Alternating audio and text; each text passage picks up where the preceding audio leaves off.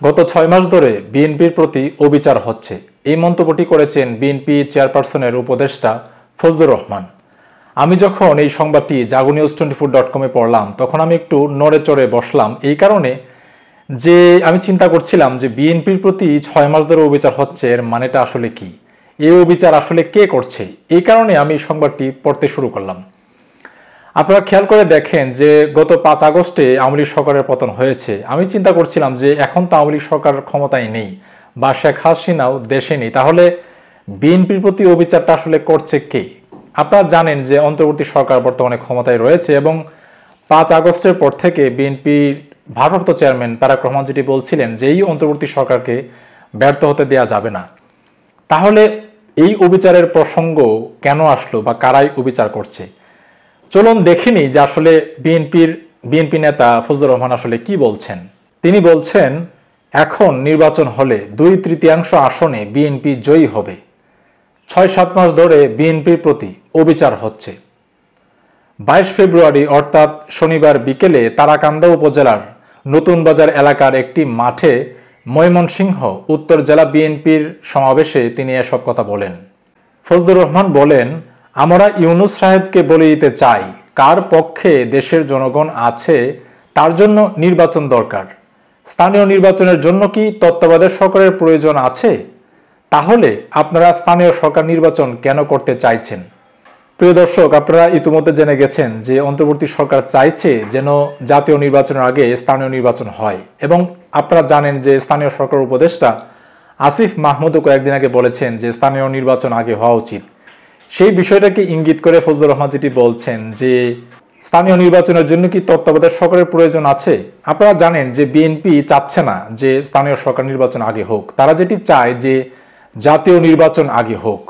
ফজলুর রহমান আরও যেটি বলছেন, শেখ হাসিনা দেশের প্রধানমন্ত্রী ছিলেন, হাসিনাকে তাড়াইছি, এখন প্রথমে হবে জাতীয় নির্বাচন। এটা কি ইউনূস সাহেব বুঝেন না? মানে তিনি কিন্তু প্রচ্ছন্নভাবে একটা হুমকি দিয়ে দিলেন যে হাসিনা প্রধানমন্ত্রী ছিলেন এবং তাকে ওনারা তাড়াইছেন। মানে ব্যাপারটা হলো এরকম, যদি জাতীয় নির্বাচন না দেন, তার আগে যদি স্থানীয় নির্বাচন দেন তাহলে আপনাদেরকেও তাড়াইব। এই ওনার উক্তির মধ্যে কিন্তু প্রচ্ছন্নভাবে এই হুমকিটা রয়েছে।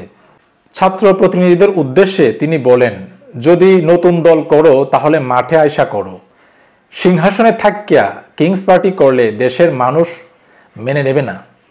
তিনি যেটি বলছেন, মানে যারা ছাত্ররা রয়েছেন, মানে বৈষম্য বিরোধী ছাত্র আন্দোলন এবং জাতীয় নাগরিক কমিটি, আপনারা জানেন যে তারা একটি নতুন রাজনৈতিক দল গঠন করছে, এবং ফজলুর রহমান যেটি বলছে যে সিংহাসনে থাকিয়া কিংস পার্টি করলে দেশের মানুষ মেনে নেবে না। আপনারা জানেন যে ফজলুর রহমান তিনি কিশোরগঞ্জ এলাকায় ওনার জন্ম, তো ওনার কথার মধ্যে একটু ময়মনসিংহের টোন রয়েছে। সেই টোনেই তিনি বলছেন যে কিংস পার্টি করলে কিন্তু দেশের মানুষ মেনে নেবে না। ফজলুর রহমান আরও যেটি বলছেন, যারা তোমাদের পেছনে মদত দিচ্ছে, আফগানিস্তান সিরিয়ার মতো যারা দেশকে পদদলিত করে রাখতে চায় দেশের মাটিতে, তা কখনো সম্ভব হবে না। এখন উনি একটি আসলে বিশেষ রাজনৈতিক দলকে ইঙ্গিত করছেন যে কারা তোমাদেরকে মদত দিচ্ছে। মানে তিনি যেটি বলছেন যে আফগানিস্তান সিরিয়ার মতো যারা দেশকে পদদলিত করে রাখতে চায়। আপনারা নিশ্চয়ই বুঝতে পারছেন যে ফজলুর রহমান আসলে কোন দলটিকে ইঙ্গিত করছেন। জামায়াতে ইসলামের উদ্দেশ্যে তিনি বলেন, ইসলামের নামে ব্যবসা করে দেশের মানুষকে ভোলাতে পারবেন না। ইসলামকে বিক্রি করে রাজনীতি করতে আইসেন না। বেড়াগিরি করতে চাইলে নিজের মার্কা নিয়ে আসেন। আপনারা জানেন যে জামায়াতে ইসলামী তার নিবন্ধন বাতিল হয়েছিল আওয়ামী লীগ সরকারের আমলে, এবং তারা নিজেদের যে দলীয় প্রতীক রয়েছে সেই প্রতীক নিয়ে কিন্তু তারা নির্বাচন করতে পারেন না, এবং সেটা কিন্তু এখনও অন্তর্বর্তী সরকারের আমলে উইথড্র হয়নি, সেটাকে তিনি ইঙ্গিত করছেন। এবং তিনি যেটি আরও বলছেন যে 10% ভোট পাইলে স্যালুট দেব। মানে তিনি যেটি বলছেন যে নির্বাচনে যদি 10% ভোট পান তাহলে তিনি জামাত ইসলামকে তিনি স্যালুট দিবেন। তিনি আরও বলছেন, ইসলামকে নিয়ে যারা ব্যবসা করে দেশের মানুষ তাদেরকে ভোট দিবে না। বিএনপিকে ঠেকাতে ষড়যন্ত্র চলছে উল্লেখ করে তিনি বলেন, বিএনপিকে ঠেকাতে ষড়যন্ত্র চলছে। গত 20 বছর যারা আমার নেত্রীর আঁচল তলে ছিল তারাই এই কাজটি করছে।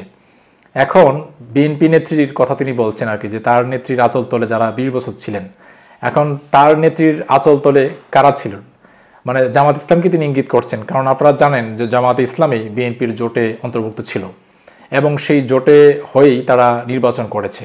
প্রিয় দর্শক, আপনারা জানেন যে স্থানীয় সরকার নির্বাচন আগে হওয়া উচিত নাকি জাতীয় নির্বাচন আগে হওয়া উচিত, এটি নিয়ে একটি বড় ধরনের ক্যাচাল লেগে গেছে বিএনপি এবং জামাত ইসলামের মধ্যে। বিএনপি যেটি চায়, তারা চায় জাতীয় নির্বাচন আগে হোক, অন্যদিকে জামাতে ইসলামী চায় স্থানীয় নির্বাচন আগে হোক। এই নিয়েই আপনারা জানেন যে তাদের মধ্যে বাক যুদ্ধ চলছে, এবং এই যুদ্ধ কতদিন চলে সেটা নিশ্চয়ই এই মুহূর্তে বলা যাচ্ছে না। তবে অন্তর্বর্তী সরকার যেটি বলছে, তারা ডিসেম্বরের মধ্যেই তারা জাতীয় নির্বাচন দেবে। এখন ডিসেম্বরের আগেই স্থানীয় নির্বাচন হচ্ছে কিনা সেটি নিশ্চয়ই সামনে হয়তোবা ইলেকশন কমিশন আরো পরিষ্কার করবে।